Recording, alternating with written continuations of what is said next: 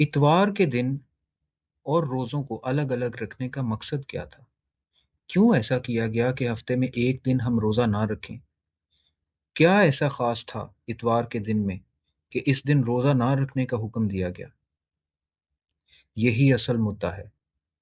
ہماری ساری بحث کا لب لباب یہی ایک سوال ہے۔ جن لوگوں نے اتوار اور روزے کو الگ الگ رکھنے کا فیصلہ کیا، ان کو ایسا کیا لگا کہ اتوار کے دن روزہ نہ رکھا جائے؟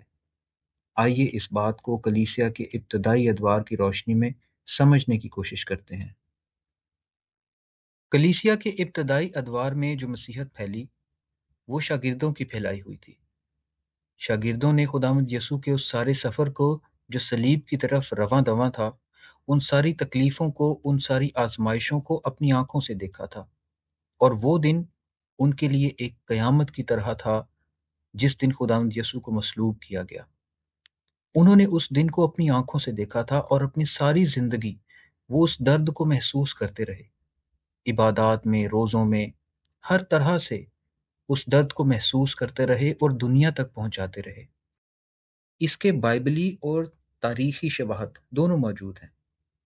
جمعہ کے دن جب خداوند یسوع کو مصلوب کیا گیا، ان کو دفنا دیا گیا، تو وہ دن شاگردوں کے لیے اور خداوند یسوع کے تمام ماننے والوں کے لیے ایک قیامت کی طرح تھا۔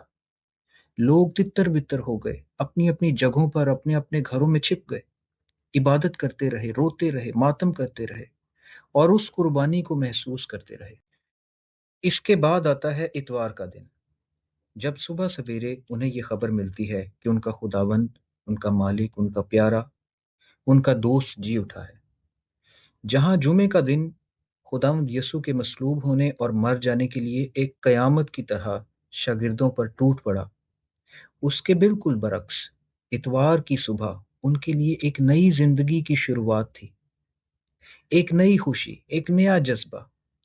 اور جن جن کو خداوند یسوع دکھائی دیتے رہے، اور جنہوں نے جا کر اس کے جی اٹھنے کی گواہی دی، اور جس طرح انہوں نے اس کے جی اٹھنے کی خوشی کو اس دن سے لے کر اپنی ساری زندگی تک منایا، وہ ایک مثال ہے۔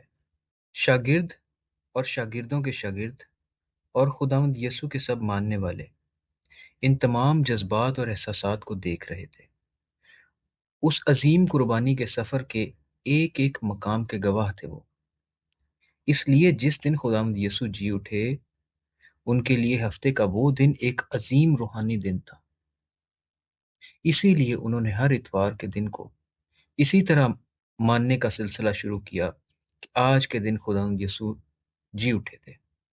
ہر ہفتے وہ لوگ اکٹھے ہوتے، عبادت کرتے، اور خداوند یسوع کے جی اٹھنے کی خوشی مناتے۔ اس کے تاریخی اور بائبلی ثبوت موجود ہیں۔ جسٹن شہید، جو پہلی اور دوسری صدی کے درمیان موجود تھے، اپنی کتاب فرسٹ اپولوجی میں لکھتے ہیں کہ اتوار کے دن سب لوگ ایک جگہ جمع ہوتے ہیں، کیونکہ وہ یہی دن ہے جس دن یسوع مسیح مردوں میں سے جی اٹھے۔ اس کے علاوہ دیکھیے اعمال 20 باب 7 آیت، لکھا ہے ہفتے کے پہلے دن جب ہم روٹی توڑنے کے لیے جمع ہوئے تو پولوس نے دوسرے دن روانہ ہونے کا ارادہ کر کے ان سے باتیں کی اور آدھی رات تک کام کرتا رہا۔ آہستہ آہستہ اتوار کا دن اتنا خاص ہو گیا کہ ابتدائی کلیسیائیں ہر اتوار کو ایسٹر کے دن کی خوشی کی طرح مناتی تھیں۔ اس کو خداوند کا دن کہتی تھیں، کیونکہ انہوں نے خداوند یسوع کے صلیبی سفر کو خود دیکھا اور محسوس کیا اور لوگوں تک پہنچایا تھا۔